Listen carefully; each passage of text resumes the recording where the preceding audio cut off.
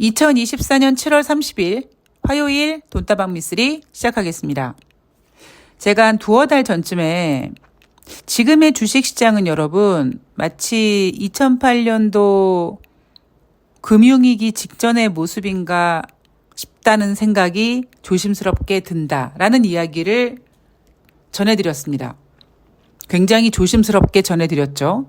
혹시 여러분들이 너무 충격받으실까봐 그 당시 2008년도 5월달 그때 제가 인생을 완전히 그냥 곤두박질 치는 바람에 어찌 보면 저는 2008년도 금융위기를 미리 당하다 보니까 제 인생이 더 소중하고 제가 가장 불쌍하다 보니까 리먼 사태가 터지던 말던 그게 중요하진 않았습니다만 여하튼 그때 그랬다. 뭐 이런 이야기를 제 이야기까지 해드리면서 소개해드린 적이 있습니다.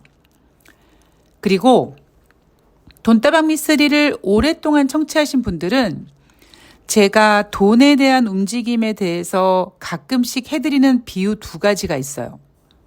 첫 번째는 대학교 다니는 아들이 비트코인을 했는데 용돈도 타고 알바도 하고 그래서 어떻게든지 부모님 부담 가지 않기 위해서 투자를 해보자. 그래서 열심히 알바로 모은 돈을 모아서 비트코인을 했는데 비트코인 가격이 떨어졌어요.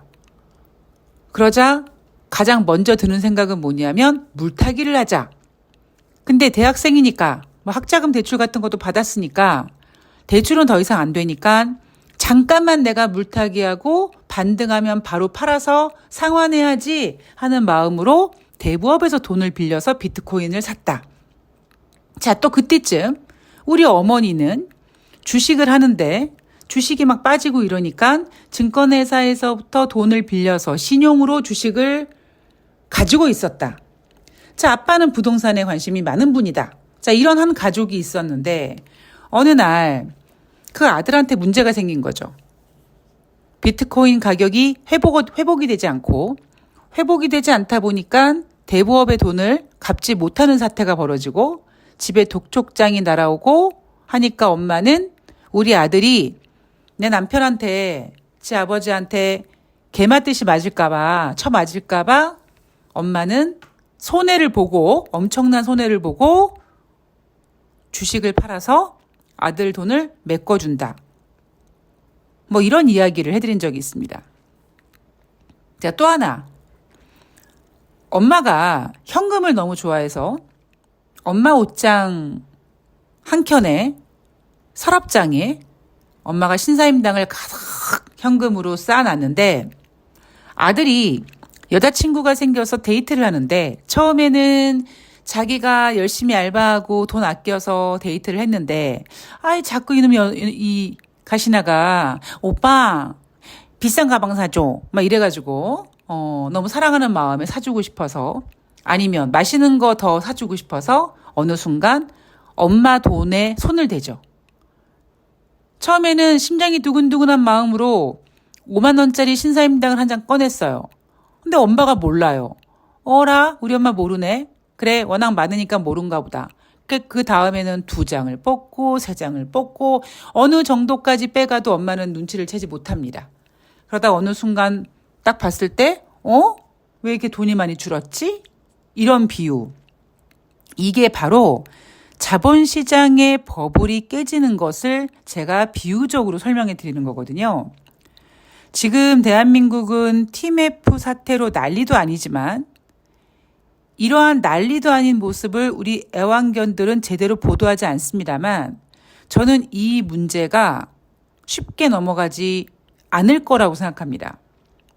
왜냐하면 어떤 그 자본시장의 거품이 깨지는 그 순간순간마다 어떤 그 그룹이 한 그룹씩 무너지거든요. 예를 들면 IMF 때 같은 경우에는 중견기업들이 많이 무너졌습니다. 그때 증권회사 고려증권, 동서증권도 망했죠. 은행들도 나자빠졌죠. 그렇게 기업들이 금융을 포함한 기업들이 많이 망가졌을 때가 IMF였고요. 그리고 멀쩡한 회사를 다니는 직장인들이 무너졌을 때가 있었거든요. 그게 언제냐면 바로 LG 카드 대란 때였습니다.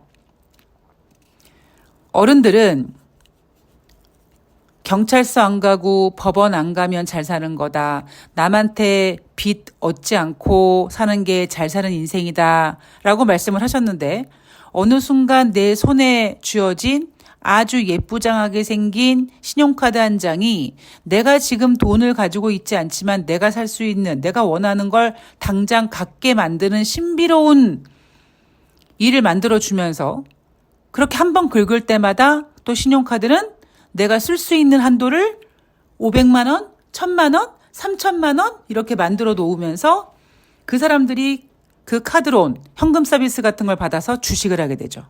그러다가 또 자본시장에 또 거품이 또 꺼지려다 보니까 주식이 빠지고 그 사람들이 돈을 회수하지 못한 상태에서 그 부류들이 크게 한번 당했습니다. 이번에 TMF 사태로 저는 대한민국의 유통이 한번 흔들릴 거라고 생각을 합니다. 물론 주식시장에서는 뭐 반사이익을 얻는 기업이 있다라고 얘기할지 모르겠습니다만, 뭐 저는 그렇게 남 잘 되는, 그러니까 남이 안 되는 꼴을 가지고 제가 돈을 벌고 싶진 않거든요. 뭐 어떤 질병이 돌았다. 뭐 질병에 관련된 뭐 전쟁이 날 것 같다. 뭐 전쟁에 관련된 테마주. 그런 짓들은 제가 하도 20대 30대 때 많이 해봤기 때문에 그렇게까지는 주식을 하고 싶지 않아서 저랑은 당장 상관이 없는 일이지만 어쨌든 이 TMF 사태가 대한민국 유통을 한번 뒤흔들어 놓을 수 있는 그런 문제가 되지 않을까. 이걸로 끝나면 다행인데 사실 저는 개인적으로 이 문제도 세 발의 피라고 보거든요. 그러니까 더 큰 게 터질 가능성이 있다라고 보는 사람이다 보니까 제가 맨날 그랬잖아요. 만약에 미국이 50bp 금리 인하를 하게 됐을 때 자국의 경기 둔화, 경기 침체를 인정하고 싶지 않은 미국이 금리 인하는 해야 될 텐데 과연 중국의 경기 둔화를 우려로 할 것이냐 아니면 저 기시다바리가 있는 대한민국이 하도 등신짓을 많이 했는데 그게 이제 언젠가 터질 것 같다. 야, 우리 대한민국 쟤네 망하긴 두지 말아야 되지 않겠냐? 야, 쟤네 한국 망하면 저 동아시아다 망해. 이래가지고 금리 인하를 해야 될 것 같아. 뭐 이런 핑계를 할 수도 있을 만큼 지금 엉망진창이지 않습니까? 그러니까 여하튼 그 스타트는 저는 이 TMF 사태가 시작이라고 봅니다. 자, 주식시장 이야기를 잠깐 해볼게요. 지난주 금요일 뉴욕 증시가 상승했습니다. 사실 정확히 상승한 게 아니라 반등한 거죠. 왜냐하면 지난주에 월요일 뉴욕 증시를 제외하고는 제대로 된 상승을 해본 적이 없었던 게 뉴욕 증시였거든요. 인생이나 주식이나 한쪽 방향으로만 가는 게 없다고 금요일 날 반등을 했는데 전문가들은 설레발을 쳐렸죠. 대형 기술주들이 상승했어. 자, 그러다 보니까 월요일 날 대한민국 주식시장은 지난주 금요일 뉴욕 증시도 상승했고 게다가 7월 29일 월요일 장중에 나스닥 선물지수가 세 자릿수 이상 상승하는 모습을 보니 그래 미쓰리가 틀렸어. 지금 순환매 장세야. 아름다운 조정 마치고 이제 다시 가는 거야. 이러면서 7월 29일 대한민국 주식시장이 1%대 이상 상승을 보였었죠. 자, 7월 29일 월요일 뉴욕 증시는 혼조세였습니다만 대한민국 주식시장은 어제 상승한 것만큼 1%대 하락을 보이고 있습니다. 자, 주식은 오르고 내리는 것보다 더 중요한 게 뭐다? 지금 주식시장의 질이다. 자, 7월 29일 월요일 다우지수는 0.12% 하락, S&P 500은 0.08% 상승, 나스닥은 0.07% 상승했고요. 뉴욕 증시는 빅 이벤트를 앞두고 혼조세로 마감했다. 자, 어떤 빅 이벤트가 있느냐? 당장 오늘 밤부터 7월달 미국의 FOMC 회의가 시작이 됩니다. 그리고 이번 주에는 애플을 포함한 대형 기술주들의 실적들이 발표 예정되어 있죠. 자, 이날 발표된 경제지표 7월달 미국의 댈러스 연방은행 제조업 지수가 발표가 됐는데요. 6월 달에는 마이너스 15.1이었었습니다. 참고로 이거는 기준이 0이에요. 0 이상이면 경기 확장이요. 0 이하면 경기 위축입니다. 자, 6월 달 마이너스 15.1. 이것도 그닥 좋지 않은 성적표인데 7월 달은 마이너스 17.5로 6월 달 대비 하락했습니다. 자, 그리고 지난주 같은 경우에는 테슬라 같은 경우에는 실망스러운 2분기 실적을 발표했었고요. 알파벳은 시장 예상치를 윗돌았지만 기술주 투매 흐름을 보였다. 즉, 제가 지금 주식시장이 저질이라고 하는 이유는 올라오면 자꾸 때리려고 하거든요. 조금 더 구체적으로 표현하면 올라오면 내가 빨리 더 탈출해야지. 내가 먼저 탈출해야지. 이런 매물대가 계속 나오다 보니까 처음에는 차익 실현 매물이라고 표현했습니다. 근데 어느 순간 투매라고 하죠. 자, 금리 결정 오늘부터 7월 31일까지 7월 달 FOMC 회의가 시작이 됩니다. 대한민국 시간으로 8월 1일 새벽에 금리 어떻게 결정 났는지, 과연 금리 인하 언제 할 건지 그 힌트를 알 수 있을 텐데요. 지금 현재 7월 달 회의에서 기준금리 결정할 수 있는 확률, 동결 확률이 100%입니다. 문제는 더 중요한 포인트는 제롬 파월 연준 의장이 금리 결정한 다음에 기자회견에서 자 9월달 아무리 봐도 금리 인하를 해야겠어요. 이런 힌트를 줄지 아니면 아직은요 미국 연착륙 가능하고요. 골디락스고요. 굳이 9월달에 금리 인하 해야 되겠습니까? 조금 더 지켜보죠. 이런데 쌉소리 하면 주식시장이 다시 하락할 수 있다라고 보고 있습니다. 지금 현재 12월 말까지 기준금리 25bp씩 3회 인하할 확률 55% 수준으로 유지되고 있고요. 자, 전문가 의견을 보면은요. 리톨츠 웰스 매니지먼트의 수석시장 전문 전략가가 최근 시장 참가자들이 늘고 있는 것이 목격됐다. 이런 개새끼들 진짜. 자, 지난 몇 주간 극심한 변동성이 있었으나 장기 투자자들에게는 결과적으로 좋은 소식이다. 그럴듯하죠. 그죠? 예. 주식이야 솔직히 삼성전자 같은 거 언젠가는 올라가겠죠. 그죠? 제가 종종 말씀드립니다만 저는 예전에 증권사 다닐 때 삼성전자를 액면 분할하기 전에 진짜 3만 원대 주식을 사셨던 분이 계시더라고요.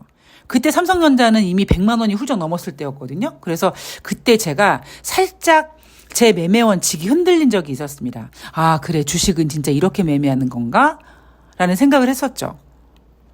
물론 저는 그렇게 매매하고 싶었으나 투자 자금이 여의치 않고 주식을 해서 당장 생활비로 써야 되는 사람이다 보니까 그렇게 장기 투자를 할 수 없었고, 그러다 보니까 그냥 5% 혹은 7%에 그냥 주식을 던지는 그런 단기 매매를 하게 됐습니다만, 주식은 긴 흐름으로 봤을 때 정말 망하지 않을 회사를 갖고 있으면 오르기야 오르겠죠. 근데 변동성은 있었으나, 지난주 극심한 변동성은 있었으나 이것이 장기 투자자들에게는 결과적으로 좋은 소식이다라고 하는 것은 저는 이건 솔직히 주식하시는 투자자들에게 하는 전문가들의 시대의 개소리라고 생각을 합니다. 자, 여기서 만약에 여러분, 지금 제가 이 방송을 녹음하고 있는 시간 2734포인트예요. 만약에 2700포인트를 내려놓잖아요. 그러면 어느 정도까지는 또 더 올라갈 수 있으니까 지금이 매수기회야 라고 얘기할 겁니다. 만약에 그러다가 한 2600을 또 반납하는 일이 생기잖아요. 아니면 어떤 좀 안 좋은 악재가 나와서 주식시장이 조금 시게 하락하는 일이 생기면 현금 비중하셔야죠 라는 얘기를 합니다. 시대가 변하지 않아도 똑같이 하는 그들의 허공에 삽질하는 소리들입니다. 자, 그렇다면 너무 부정적인 생각만 하지 말고 가장 긍정적인 게 뭘까? 지금 시장을 어찌 보면은 약간 투심을 회복시켜 놓을 수 있는 방법이 뭘까? 지난주 뉴욕 연방은행 총재가 얘기했던 것처럼 7월 달 25bp 깜짝 금리 인하 정도면 괜찮습니다. 그러면 솔직히 9월 달에 금리 인하 안 해도 돼요. 일단 약간 선제적 대응하고 그다음에 주식시장에 보고 뭐 11월 달 가서 추가적인 인상하죠. 아니, 추가적으로 인하하죠. 뭐 이러면 되거든요. 근데 지금 미국은 금리 인하는 하기는 해야 되는데 7월 달에 하자니 경기 둔화를 인정하는 것이요. 9월 달에 하자니 증시가 약발이 안 받고 굉장히 좀 뭐라 그럴까 입장이 좀 곤란하게 됐죠. 자, 우리는 8월 1일 새벽에 어떤 뉴스를 듣게 될지 모르겠습니다만 가장 좋은 시나리오는 7월 달 깜짝 금리 인하. 물론 그것도 여러분 단기적이에요. 제가 이렇게 얘기를 하는 건 뭐냐면 9월 달에 금리를 인하해도 주식시장이 올라가지 않을 거라는 겁니다. 왜? 이미 다 반영이 됐기 때문에.